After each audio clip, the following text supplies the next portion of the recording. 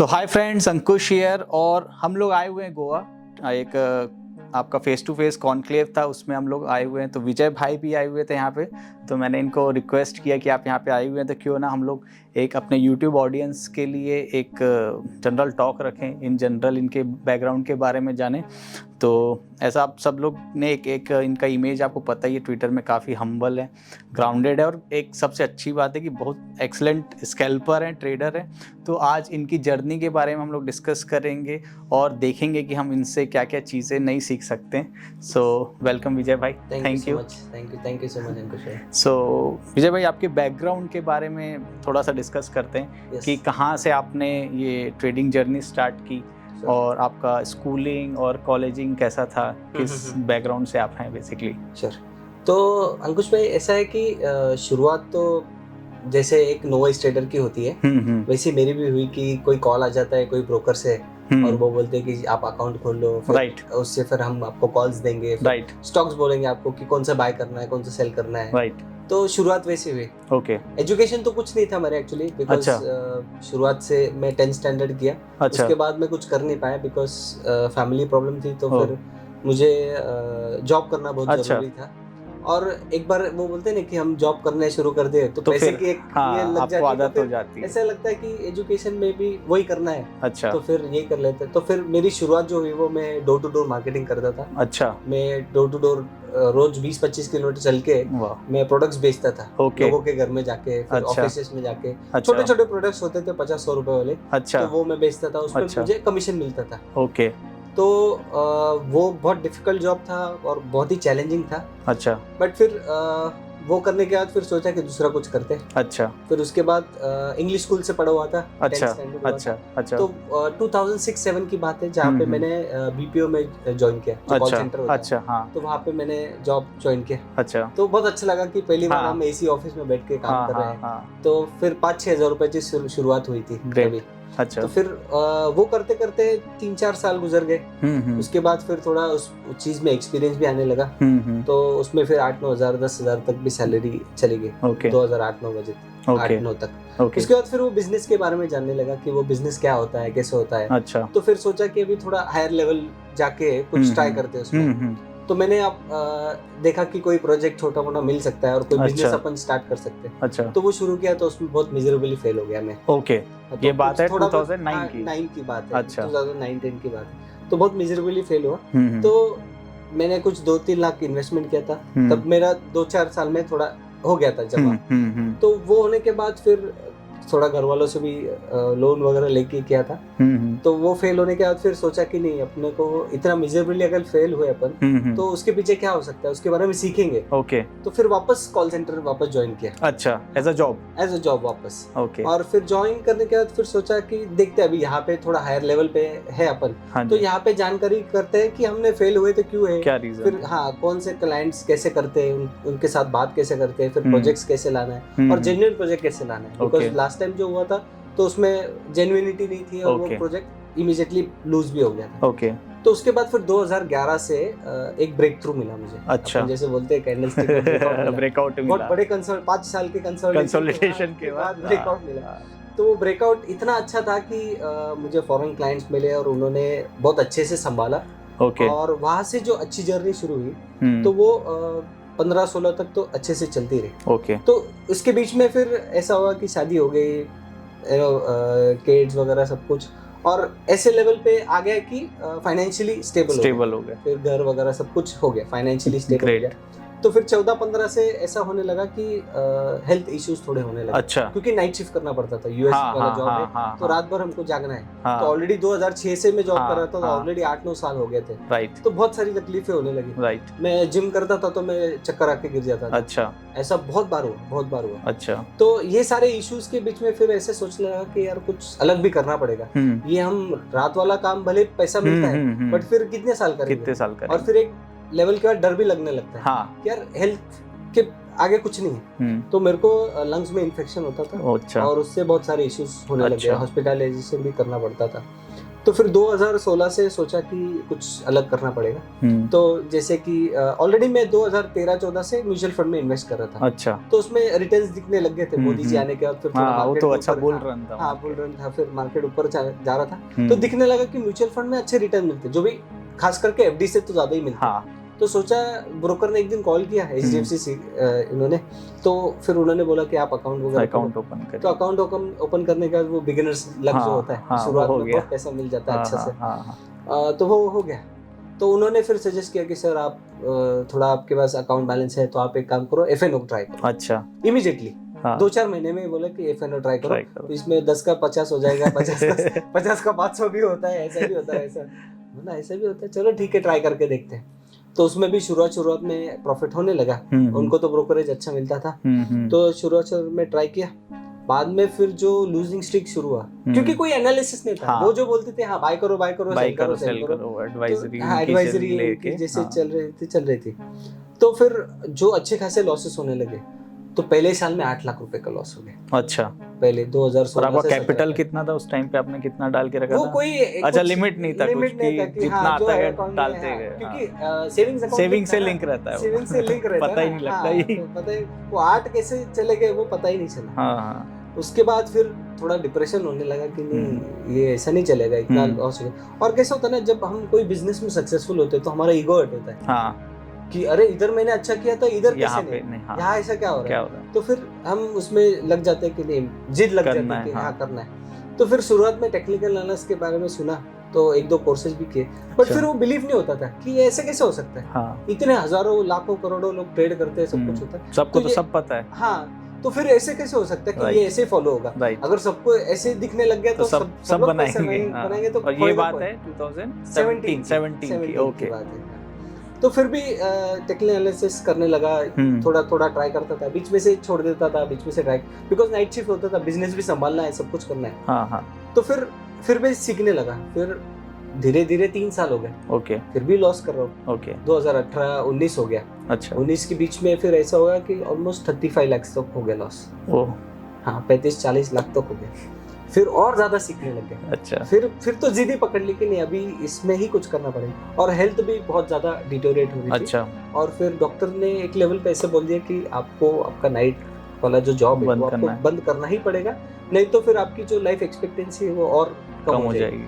तो फैमिली वाले सब बोले कि नहीं भैया, दिन का कुछ कर ले, या फिर कोई ऑफिस में ऐसा कर लो, कुछ ऑटोमेशन में चले जाए, कुछ कर लो। बट वो सेल्स में पॉसिबल नहीं होता। आपको ही जाना पड़ता है। अपने को जाना पड़ता है और लोगों को मोटिवेट करना ही पड़ता है। जब बॉस सामने बैठता है तभी सेल्स होते हैं। तो वैसा सब कुछ था। तो 2019 में मैं फिर भी कोर्सेज कर रहा था, कई जगह पे ट्राई कर रहा था। अच्छा। बट वहाँ पे ऐसा हो रहा था कि चलो ठीक है, थोड़ा बहुत समझने लग गया कि प्राइस सेक्शन क्या होता है, एनालिसिस क्या होता है, या फिर इंडिकेटर्स कैसे यूज करते हैं, ये सारी चीजें पता हो गई थी। और कभी कभी प्रॉफिट भी होने लग गया। अच्छा। ऐसा नहीं कि लॉस ही होता था, कभी कभी प्रॉफिट होने लग गया। फिर उसके बाद जो अपन बोलते हैं निर्मला सीतारमण वाला जो कैंडल आया था 3500 पॉइंट, तो उसमें लाइफ का सबसे बड़ा प्रॉफिट हो गया। मेरा भी सबसे बड़ा प्रॉफिट वही था। मेरा कितना था? 25,000 रुपए। अच्छा। उस टाइम पे, क्योंकि यूजुअली प्रॉफिट होता तो 1,000-2,000 होता था, और उस दिन हो गया 25,000। तो मस्त एंजॉय किया कि हाँ अरे यार, ये 2019 की बात है। 2019 की बात।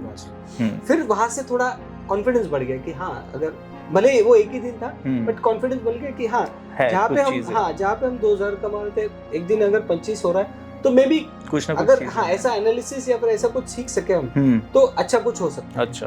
हाँ, तो फिर 2019 के एंड में फिर मैंने शिवा सर का भी जो कोर्स किया, तो उनका लाइव सेशन था, ऑफलाइन वाला। अच्छा। ओके।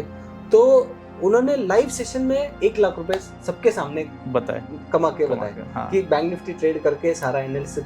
तो मेरे को वो ये हो गया कि ब्रेक थ्रू कि हाँ यार, अगर ये बंदा 2-4 साल 5 साल सीख के अगर सबके सामने करके दिखा सकता है, तो हमें ऐसा क्या कम है। ये सबसे बड़ा चैलेंज है। सबके सामने बैठ के ट्रेड करना। 120 लोग बैठे थे और सबके सामने ट्रेड करके बताना, ये सबसे बड़ा चैलेंज है। तो उन्होंने जो करके बताया, तो वो जो मोटिवेशन मिला, तो वो अलग लेवल था कि हाँ यार, भले आज अपन 2,000 कमाने के लिए स्ट्रगल कर रहे हैं, बट अगर ये बंदा कर सकता है तो हम भी कर सकते, एक एफर्ट डाले तो कर सकते हैं। तो फिर मैं उनका हर एक्सपायरी सेशन, ये सेशन, तो उससे फिर मैं उनका साइकोलॉजी समझने लगा। अच्छा। कि ये क्या करते हैं, नहीं ऐसा ही नहीं कि सिर्फ ट्रेड डालते और तो उसके पीछे क्या लॉजिक है, थॉट प्रोसेस क्या है, क्या क्या चीजें देख रहे हैं, हाँ। उसके बाद रिएक्ट कैसे कर रहे हैं मार्केट में, तो वो सारी चीजें समझने लग गया। और जितेंद्र सर है जो मुझे एक प्लेटफॉर्म पे मिले थे, तो वो भी बहुत सीजन ट्रेडर है, 10-12 साल का एक्सपीरियंस है, तो उनके साथ भी उन्होंने भी हैंड होल्डिंग की, उन्होंने बहुत अच्छे सिखाया। अच्छा, तो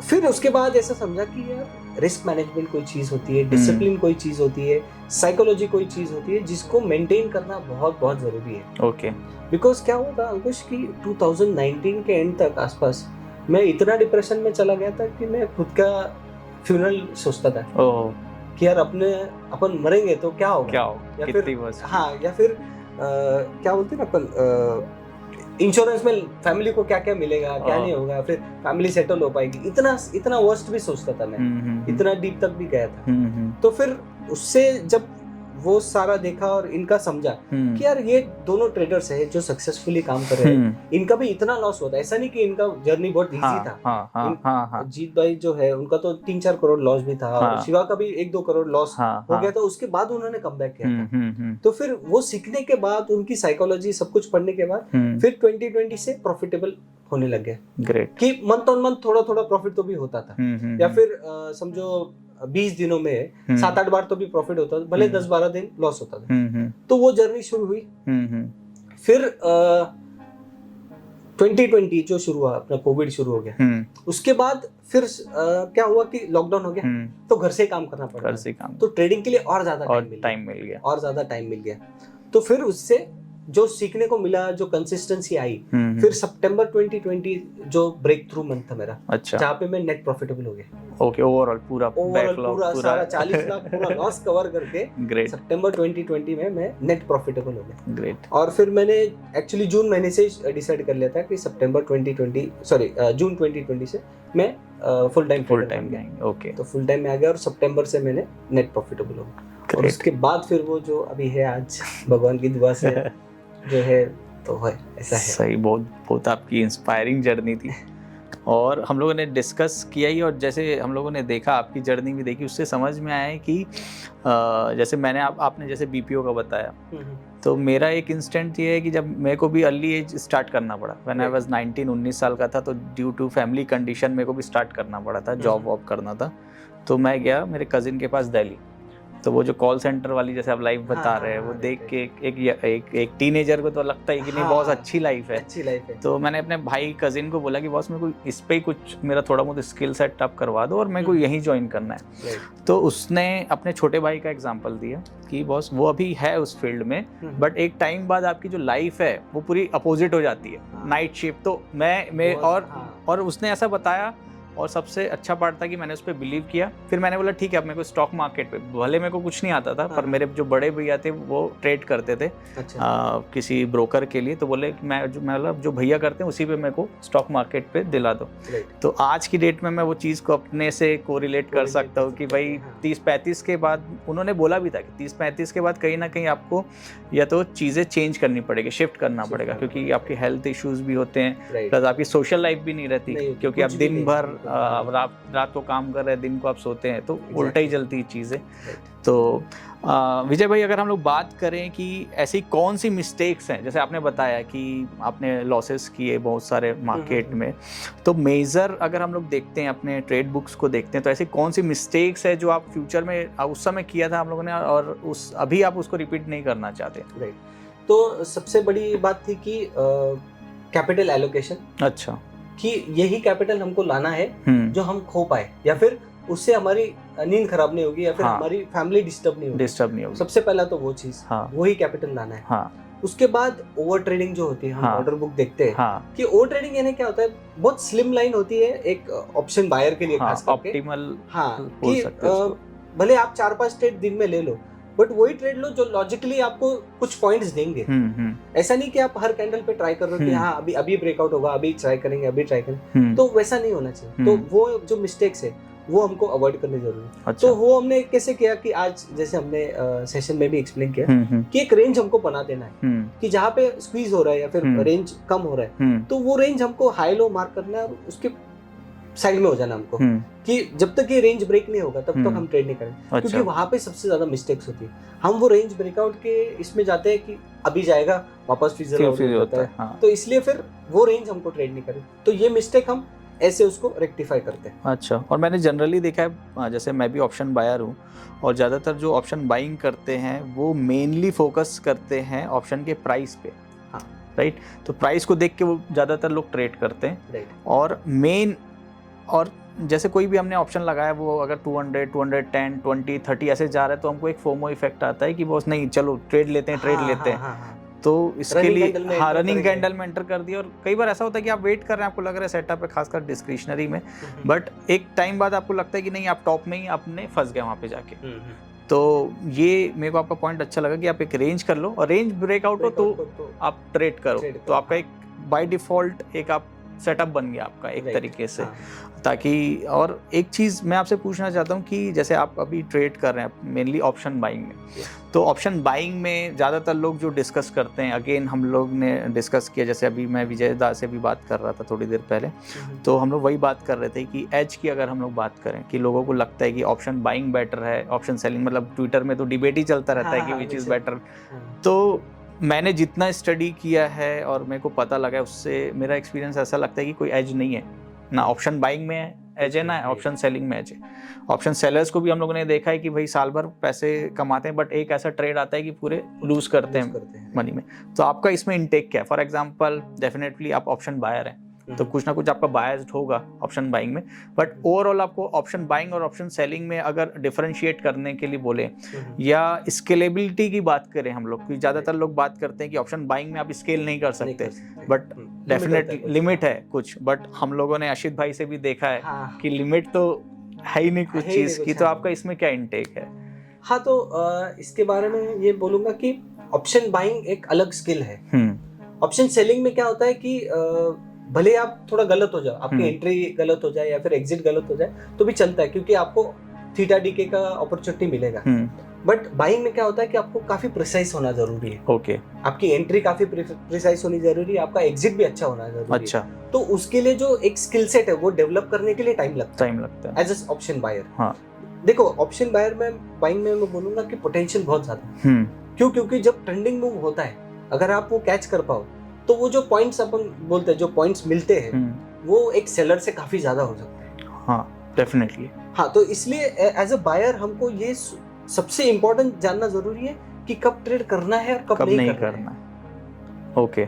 या फिर आपको आपका ट्रेडिंग स्टाइल कब बदलना है। फॉर एग्जाम्पल कि अगर रेंज बाउंड है तो उसमें आपको स्कैल्पिंग में ही जाना है। जब ब्रेकआउट हो रहा है तो आपको मोमेंटम में ही जाना है। ऐसा। ओके। तो अगर आप दोनों भी कर पाओ तो सबसे बेस्ट है। अच्छा। नहीं तो फिर आपको रुकना पड़ेगा एज अ ट्रेंड फॉलोअर, कि आपको रुकना पड़ेगा। आपका जब सेटअप में सब कुछ आएगा तभी आप ऑप्शन बाइंग में रहो, और उसमें क्वांटिटी अगर कर रहे हो तो फिर आपको वो 200-300 पॉइंट मिलेंगे। क्योंकि हमने बहुत देखा है कि सेलर जो होते हैं मोस्टली, जो मैंने सुने हैं, कुछ एक्सेप्शंस है जो इन द मनी भी सेल करते हैं, बट मोस्टली जो भी है deep out the money, OTM, वो 50-100 पॉइंट के लिए करते हैं। हाँ। तो मैं ऐसे बोलूंगा कि अगर 50 पॉइंट के लिए ही करना है तो मैं सोचूंगा कि ऑप्शन बाइंग ज्यादा बेटर है। ओके। तो ऐसे कौन से, जैसे हम लोगों ने देखा है ये बहुत सारी स्टेट्स है कि भाई 70% time, 60% time market range bound है, 30% टाइम अगर आप देखें तो मार्केट ट्रेंडिंग होते हैं ओवरऑल। तो मतलब ये बोल सकते हैं कि अगर 20 से 22 ट्रेडिंग सेशन है मंथ में, तो ऑलमोस्ट 4 से 5 दिन ऐसे फेवरेबल ट्रेड्स मिलते हैं ऑप्शन बायर को जिसमें वो अच्छा पैसा बना सकते हैं। और स्कैल्पिंग की अगर हम लोग बात करें तो आप स्कैल्पिंग को कैसे डिस्क्राइब कर सकते हैं? जैसे मेरे पास एक एग्जांपल है उसका, तो मैं पर आपसे सुनना चाहता हूँ कि कैसे आप डिस्क्राइब कर सकते हैं कि व्हाट इज स्कैल्पिंग? हाँ, स्कैल्पिंग ऐसा है कि हमारे मराठी में एक कहावत है कि मुंगी बनून साखर खायची। अच्छा। यानी क्या कि चीटी बन के शक्कर खाओ। अच्छा। हाँ, तो ये मैं एग्जांपल दूंगा कि स्कैल्पिंग ये है। अच्छा। कि छोटा छोटा खाओ, थोड़ा खाओ। हाँ। बट उससे सीखो कि खाना कैसे। ओके। जब चीटी बर्तन में से शक्कर लेके भी जाएगी तो पता भी नहीं चलेगा। ग्रेट। तो ऐसा होना चाहिए ऑप्शन बायर या फिर स्कैल्पर, ऐसा होना चाहिए कि वो कुछ लेके जाए तो पता भी नहीं चले कि 10-20 पॉइंट लेके जाए, वापस रुक जाए, वापस उसके सेटअप में आ जाए, वापस 10-20 पॉइंट ले, वापस रुक जाए। अच्छा, ऐसा। और आपका इसमें कैसा एक्सपीरियंस रहा है, क्योंकि बायर्स है तो आपको, मेरे को डेफिनेटली बहुत इंटरेस्ट आ रहा है आपसे कुछ चीज़ें बात करने में। तो आपका जब आप ट्रेड लेते हैं या आपका ट्रेडिंग एक्सपीरियंस जो भी, उसमें क्या आप जब ट्रेड लेने के बाद कई बार ऐसा होता है कि या तो आपका ट्रेड तुरंत प्रॉफिटेबल होता है या कई बार तुरंत नहीं होता है, तो इसमें आपने क्या एनालिसिस किया है कि मेरे साथ ऐसा होता है कि अगर मेरा ट्रेड प्रॉफिटेबल हो गया तो वो तुरंत मेरे को समझ में आ जाता है कि हाँ ये प्रॉफिटेबल ट्रेड है, नहीं है तो मैं कितना भी दिमाग लगा लूँ वो प्रॉफिटेबल नहीं हो सकता। तो मैं अपने स्टूडेंट्स को थोड़ा इसी तरीके से एक्सप्लेन करता हूँ कि बॉस ये आपका एक मान के चलो पॉन्ड है, एक तालाब है जिसमें आप नहा रहे हैं और आपको एक किनारे से दूसरे किनारे में जाना है, बट नीचे अगर आप देख रहे हैं तो पूरा आपका बोल सकते हैं मड है और कीचड़ है। आप जब तक ऊपर में तैरते रहेंगे तब तक ठीक है, पर जहां आप रुक गए फिर आप वहां पे डूब जाएंगे। तो ऐसा ही मेरे को लगता है ऑप्शन बाइंग भी कुछ इसी तरीके से आप एक्सप्लेन कर सकते हैं कि आप जब तक मोमेंटम में है ऑप्शन बाइंग तो चल रही है, बट जहां ऑप्शन अपना रुक गया वहां पे हमको बेटर है एग्जिट करना या फ्रेश ट्रेड्स लेने का, जहां पे आप मतलब आपको मूविंग चाहिए मार्केट। राइट। हाँ, तो मैं इसके लिए कैसे स्ट्रेटेजी यूज करता हूँ कि समझो ऑप्शन मैंने बाय किया तो मैं मोस्टली इमीडिएटली क्वांटिटी थोड़ा बाय कर लेता हूँ, 1000-2000 क्वांटिटी बाय, टेस्ट क्वांटिटी हो गया। हाँ, तो एक बार वो मुझे ब्रेकआउट दे दे या फिर एक बार वो मेरे फेवर में आ जाए तो मैं थोड़ी थोड़ी क्वांटिटी कम करते रहता हूँ। अच्छा, मैं ऐसा नहीं कि रुकूंगा या फिर मेरा टारगेट आएगा तभी करूंगा। ओके। तो जैसे आपने एग्जांपल दिया तो समझो मैंने 2-4 हाथ मारे या फिर 50 मीटर में पहुंच गया, तो 50 मीटर में थोड़ा मैं रेस्ट करके क्वांटिटी निकालूं। बिकॉज़ देखो एज अ बायर अपने को पता है कि इमीडिएटली प्राइस भागते ही नहीं जाएंगे, कभी रुकेगी, कंसोलिडेट होगी, फिर उसके बाद तो फिर मैं क्या करूंगा, समझो 1000 क्वांटिटी मैंने ली है तो उसमें से 500 जहाँ पे थक रहा है मार्केट वहां पे मैं निकाल दूंगा, उसको कंसोलिडेट होने दूंगा। वापस जब वो ब्रेकआउट देगा वापस मैं क्वांटिटी ऐड करूंगा। अच्छा, हाँ, वापस क्वांटिटी ऐड करूंगा, स्केल इन स्केल आउट आप करते रहेंगे, स्केलिंग स्केल आउट करेंगे। तो उससे क्या होता है कि ट्रेड में रहने का भी फोमो नहीं निकल जाता कि हाँ 200-300 क्वांटिटी भी है, तो एक माइंड को रहता है कि हाँ जैसे अब आज भी मैंने पुट बाई किया था, मार्केट डाउन था तो मैंने अपनी थोड़ी बहुत क्वांटिटी पहले बुक कर ली और उसके बाद क्या होता है आपकी ठीक है आपको एक बैकअप बन गया और उसके बाद फिर आप पूरे मूवमेंट का वेट कर सकते हो। तो और साथ में अगर क्या होता है कई बार मार्केट वहीं से रिवर्स हो गया तो चलो आपको लगता है 50% क्वांटिटी तो आपकी उसमें जो आ गया घर में आ गए पैसे। एग्जैक्टली। तो हम लोग स्केल की बात कर रहे थे, तो आपका ऑप्शन बाइंग को किस लेवल पे स्केल अप कर सकते हैं और किस तरीके के रिटर्न लोग जनरेट कर सकते हैं पर्टिकुलर ऑप्शन बाइंग से। डेफिनेटली सब तो नहीं कर पाएंगे, बट लोगों की एक्सपेक्टेशन है या जो हम लोगों ने देखा है कि ओनली 1% 2% ट्रेडर्स प्रॉफिटेबल है मार्केट में, बट जो बना रहे हैं पैसा वो बड़े पैसे बना रहे हैं। तो कितना स्केलेबल है ये चीज़ें आपका ऑप्शन बाइंग पर्टिकुलर बात करें तो?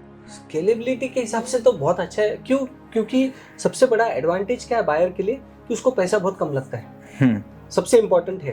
अभी फॉर एग्जांपल मैं कैसे मैनेज करता हूँ, भले मेरे मे बी अकाउंट में 50 लाख हो बट मैं ट्रेडिंग के लिए 10 ही लाख यूज करूंगा। क्योंकि मुझे पता है कि उसमें मेरा एक्सपोजर बहुत कम है और मेरे को जो टारगेट करना है डेली का ऑलमोस्ट, तो वो मेरा आ जाएगा उस अमाउंट में। तो वो सबसे इम्पोर्टेंट बात है एक ऑप्शन बायर के लिए कि ऑप्टिमल। और जैसे हम लोग को लगता है फॉर एग्जांपल किसी न्यूबी के पास जनरली हम लोग ने देखा है कि लेट्स से किसी के पास 1 लाख रुपए है, खासकर जो लोग ऑप्शन में बाइंग में ज़्यादा लॉस करते हैं और वो पूरा ऑल इन हो जाते हैं एक बार में, कैपिटल पूरा का पूरा एक ट्रेड में डाल देते हैं।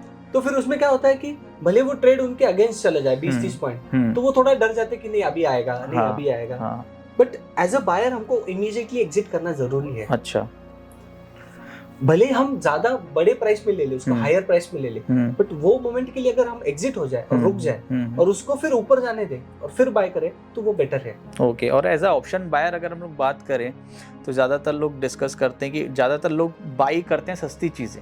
जैसे कल एक्सपायरी है तो 300-400 पॉइंट ऊपर का कॉल बाई कर लिया, तो मेन आप लोग किस पे फोकस करते हैं? एटीएम ही बाई करते हैं आप लोग? एट द मनी तो या फिर 100 पॉइंट थोड़ा सा ओटीएम। ओके, वो भी देखना पड़ेगा कि ट्रेंडिंग मोमेंट आ रहा है कि नहीं। अच्छा, कि ब्रेकआउट आ रहा है कि नहीं। ब्रेकआउट में आ गया तो फिर कभी कभी मैं ऐसा करता हूँ कि 100 पॉइंट ओटीएम ले लूंगा, उसमें क्वांटिटी ज्यादा ले लूंगा और फिर वो, क्योंकि देखो हम एक लेवल के बाद हमको पता चलता है कि अभी ये लेवल ब्रेक किया है तो कम से कम ये लेवल तो जाएगा। तो मैं क्या करता हूँ कि राउंड स्ट्राइक वाला आसपास का देखता हूँ, ताकि हमने देखा है कि भले एक्सपायरी के आसपास हो तो अगर ब्रेकआउट मिल जाए और ऑप्शन राइटर्स एग्जिट करना शुरू करें तो उसकी प्राइसिंग बहुत फास्ट बढ़ती है। ओके, तो गैमा एक्सप्लोजन जो हम बोलते हैं, हाँ, तो उसके पीछे मैं बहुत बार देखता हूँ कि ऐसा उसके वो जब टाइम होगा तभी मैं ओटीएम बाय करूंगा, नहीं तो नहीं।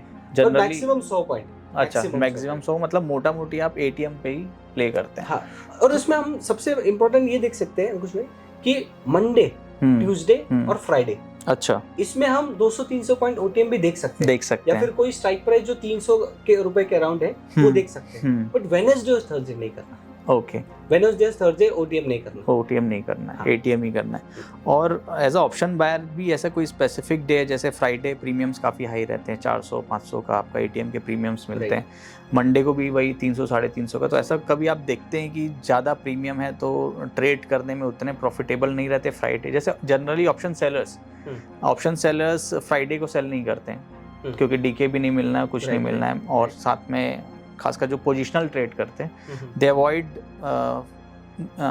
वीकेंड, मतलब फ्राइडे को ट्रेड नहीं करते। तो एज अ ऑप्शन बायर भी आपने कोई डेज डिसाइड किए हैं कि मेरे को ट्रेड नहीं करने हैं, या आपके एक्सपीरियंस से लगा है कभी आपको कि मंडे वगैरह और फ्राइडे कुछ अपॉर्चुनिटी कम होती है एज अ बाइंग? हाँ, फ्राइडे में सिर्फ थोड़ा इशू ये होता है कि मोस्ट ऑफ द टाइम्स मैंने देखा है कि फ्राइडे में इंट्राडे स्ट्रैडल ज्यादा करते हैं। अच्छा, जो ट्रेडर्स है, तो उसमें क्या होता है कि बोथ साइड्स आपको मूवमेंट मिलेंगे, तो उसमें आपको थोड़ा निम्बल रहना पड़ेगा। अच्छा। आपको फ्राइडे को खास करके आपको वीवैप देखना जरूरी है। ओके। स्ट्राइक प्राइस का जो वीवैप होता है, ओके, वो 11:30-12 बजे के बाद। अच्छा। तो वो एक स्ट्रैटेजी है जहाँ पे हम वॉच कर सकते हैं, क्योंकि बहुत बार मैंने ऐसा देखा है कि समझो सुबह में अगर कॉल का प्राइस वीवैप से ऊपर हो गया, अच्छा, तो वो मे बी 100-150 पॉइंट उसके वीवैप से दूर जाएगा, और बाद में एंड ऑफ द डे बराबर वो वीवैप के आसपास आ जाएगा, रुक जाएगा। तो ये स्ट्रैटेजी मैंने खास करके फ्राइडे को देखी है, वो जो काम करती है। तो इससे ये पता लगा कि वीवैप बहुत इंपॉर्टेंट है। विजय भाई ने भी वीवैप के बारे में डिस्कस किया ऑप्शन में, ऑप्शन सेलिंग में आपने डिस्कस किया इंपॉर्टेंस ऑफ ऑप्शन बाइंग। तो डेफिनेटली मेरे को लगता है ऑडियंस को वीवैप के बारे में और डीप में जानना जरूरी है। ऑप्शन का पर्टिकुलर स्ट्राइक प्राइस का वीवैप आपको पता लगता है कि कौन ट्रैप हो रहा है। राइट, पैसे तभी बनते हैं जब एक कोई ना कोई पार्टी ट्रैप होती है, तभी तो हमको मूवमेंट मिलता है। जब लोगों को एक फियर आता है, पोजीशंस कट करते हैं लोग। आज के एग्जांपल देखो कि सेशन जब हमारा चल रहा था, हम डिस्कस कर रहे थे कि 36,000 जो पुट है उसका वीवैप था अराउंड 200-210 रुपए।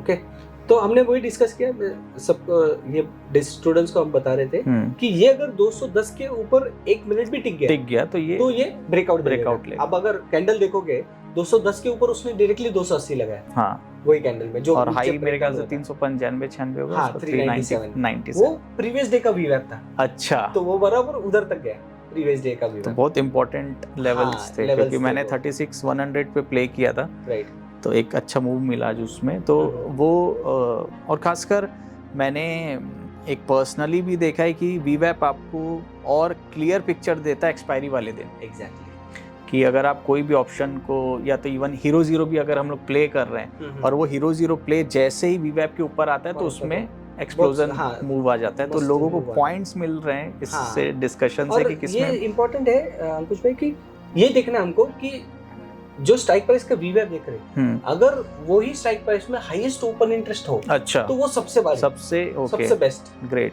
क्योंकि वो 50 रुपए का 200 रुपए भी हो सकता है। हाँ, क्योंकि वो अनएक्सपेक्टेड लेवल था। हाँ, जिस फिर वो सेम वही है कि जहाँ लोग की एक्सपेक्टेशन नहीं है वहीं पे जाके लोग ट्रैप होंगे और अपने स्टॉप लॉस कट होंगे सबके। लोग मार्केट से बाई करेंगे, डिमांड आएगी, तो 20 का ऑप्शन 200 डेफिनेटली। तो ये सारे क्राइटेरिया हमको देखने बहुत जरूरी कि वो ऑप्शन में हाईएस्ट ओपन इंटरेस्ट होना चाहिए और वो वीवैप के ऊपर उसको ब्रेकआउट होना चाहिए। Okay, great. सो इससे हमारा एक सेटअप बन सकता है दोस्तों कि खासकर एक्सपायरी के दिन। सो आपके मोटा मोटी आपके सेटअप्स की बात करें तो आप देखते हैं रेंज ब्रेकआउट हो रहा है, मूविंग एवरेजेस में देखते हैं कौन से साइड में वो जा रहे हैं। समझो अप मूव में है और अच्छा, सारे एक अलाइन हो रहे हैं, यानी 20 का ऊपर, फिर 50, फिर 100, फिर तो क्लियर ट्रेंड है आने चाहिए। और ऊपर पॉइंट आउट करे यानी ऊपर का डायरेक्शन है, और नीचे पॉइंट आउट करे तो नीचे का डायरेक्शन। और फिर क्या होता है, वो मूविंग एवरेजेस डायनामिक सपोर्ट और रेजिस्टेंस का भी काम कर देते हैं। हाँ, आप तो समझो 20 मूव ब्रेक किया तो 50 पे जाएगा, 50 पे किया तो जाएगा, 100, 100 से 200 ऐसा। Okay great. सो मल्टीपल आप मूविंग एवरेज ट्रैक करते हैं और प्लेन वैनिला मूविंग एवरेज पे ही आपका मेन सेटअप है। हाँ, और वीवैप थोड़ा बहुत देख लिया। हाँ, सो एक मेरा लास्ट क्वेश्चन था आपसे कि जनरली लोग डिस्कस करते हैं आज की डेट में सिस्टम ट्रेडिंग और डिस्क्रिशनरी ट्रेडिंग के बारे में, काफ़ी लोगों का एक रहता है। तो जैसे आप अभी तो आप मैं बोल सकता हूँ कि आप स्लाइटली सिस्टम ट्रेडर हैं because you have own systems. कोई क्राइटेरियाज है, हाँ, जो फॉलो करते हैं हम। और भले वो कहीं लिखे नहीं है, मेंटली वो यूज करते हैं हम। हाँ, तो हमको अगर हमारा पॉइंट जस्टिफाई करना होता है एज अ सिस्टम ट्रेडर तो हम यही बात करते हैं कि बहुत सब आदमी सिस्टम ट्रेडर है, क्योंकि हर बंदे की अपनी अपनी स्ट्रैटेजी है। किसी की दिमाग में स्ट्रैटेजी है, हमारी सिस्टम में स्ट्रैटेजी है, इतना ही है। सो सिस्टम ट्रेडिंग और या एल्गो ट्रेडिंग या डिस्क्रिशनरी ट्रेडिंग की हम लोग बात करें तो आपको क्या लगता है कि आने वाले टाइम में, जैसे फॉर एग्जांपल एक टाइम बाद तो लगता है कि हम चीज़ें ऑटोमेट करें, जितना ज़्यादा से ज़्यादा ऑटोमेट करना चाहे कर सकते हैं, तो आपके जो सिस्टम्स है उसको आप कितना ऑटोमेट कर सकते हैं, कितना लेवल तक लेके जा सकते हैं उसको काफ़ी कर सकते हैं, उसको ऑटोमेट भी काफ़ी अच्छे से कर सकते हैं। बट मैं ऐसे सोचता हूँ कि as a trader system automated होना चाहिए, बट एग्जीक्यूशन वो ह्यूमन होना चाहिए। ऐसा मेरे को लगता है। ओके, कि सिस्टम आपको इंडिकेशन दे कि कहाँ पे बाय है, कहाँ पे सेल है, बट मैनुअल, एग्जीक्यूशन थोड़ा मैनुअल होना चाहिए। ये ऐसे मैं सोचता हूँ। ओके, तो आपको फिल्टर आउट करने के लिए आप सिग्नल पे रिलाई करें, और बट आपको स्केल इन, जैसे आप बताते हैं, स्केल इन स्केल आउट करना है, पोजीशन साइजिंग डिसाइड करनी है, अदर जैसे फैक्टर्स देखने हैं कि कहाँ पे कौन ट्रैप हो रहा है, ये सब चीज़ें जो है वो उसके कारण मैनुअली करने चाहिए। ठीक है, तो सेमी ऑटोमेटेड हम बोल सकते हैं। हाँ, सेमी ऑटोमेटेड आप बोल सकते हैं, बट हाँ डेफिनेटली जितनी चीज़ें आप टेक्नोलॉजी अडॉप्शन कर सकते हैं उतना तो करना ही चाहिए, क्योंकि सबसे ज़्यादा फाइनेंस मार्केट में टेक्नोलॉजी अडॉप्शन हुआ हम लोग देखते हैं। इतनी सारी चीज़ें आज की डेट में अवेलेबल है, टूल्स अवेलेबल है। और विजय भाई, ओपन हाई के बारे में आप डिस्कस कर रहे थे, तो वो थोड़ा सा बताइए कि व्हाट इज़ ओपन हाई। मैंने मतलब पर्सनली मैंने शिवा सर का, मेरे ख्याल से अभी कुछ लास्ट ऑनलाइन सेशन हुआ था किसी में, आई थिंक ट्रेडर्स कार्निवल में, तो उन्होंने वहाँ पे I think first time discuss किया था ओपन हाई के बारे में। और प्लस मेरा भी एक ऑब्जर्वेशन था, मैं खासकर एक्सपायरी वाले दिन कि किसी भी कॉल या पुट में मैं अगर ओपन हाई देखता हूँ तो कहीं ना कहीं खासकर ऑप्शन राइटिंग में एक्सपायरी वाले दिन तो कुछ ना कुछ इंडिकेशन मिलता है। तो उसमें आपकी क्या एक तरीके से ऑब्जर्वेशन है सिंपल ओपन हाई में? बहुत सिंपल है। ओपन हाई क्या होता है, जो एल्गोरिथम्स होते हैं वो पहले ही पॉइंट आउट कर देते हैं कि कौन सा सेल करना है, कौन सा उन्होंने बाय किया है, इसलिए ओपन हाई आता है। क्योंकि आप बताओ 9 एग्जैक्ट 15 को 10 स्ट्राइक प्राइस में उनकी जो ओपन हाई जो प्राइस है वो कैसे टच हो सकती है? 10 या 20 स्ट्राइक प्राइस तो नहीं हो सकता। एक स्ट्राइक प्राइस हम समझ सकते हैं कि फ्री ट्रेड हो गया या जो भी है, अच्छा, बट 10-15 स्ट्राइक प्राइसेस एक ही टाइम पे, कॉल में भी पुट में भी तो ऐसा नहीं होता। यानी कि क्या है कि एल्गोरिथम्स को पहले ही पता है कि उनको एक पॉइंट आउट कर दिया कि आपको इधर तक जाना है। अच्छा, तो उसको डेस्टिनेशन बताया जाता है। अच्छा, ओके। तो फिर क्या होता है, समझो ओपन हाई ऊपर था तो वो कैंडल रेड हो जाएगी, नीचे कंसोलिडेशन होगा, उसमें भी आप अगर वीवैप देखें उसमें, अच्छा, एक बार ओपन हाई आपने देख लिया तो वो स्ट्राइक प्राइस का आपको वीवैप देखना है। ओके, वीवैप और उसके आसपास का कोई मूविंग एवरेज हो या फिर सुपर ट्रेंड हो, अच्छा, 5 मिनट्स में। ओके, अगर उसका कोई सुपर ट्रेंड या फिर मूविंग एवरेज उसके आसपास हो वीवैप के, वो अगर ब्रेक कर दे तो अच्छा, बहुत हाई प्रोबेबिलिटी होती है कि वो ओपन हाई टच कर देगा। तो अगर सिंपली करूं, अगर मैं जैसे मैंने ऑप्शन का डेटा देख लिया, इस तरफ मेरे को कॉल का डेटा आ रहा है, इधर मेरे को पुट का डेटा आ रहा है, कॉल साइड में अगर मेरे को ओपन हाई दिख गया फॉर एग्जांपल, तो अब मुझे ट्रेड करना है किसमें, कॉल में, उस पर्टिकुलर स्ट्राइक प्राइस में?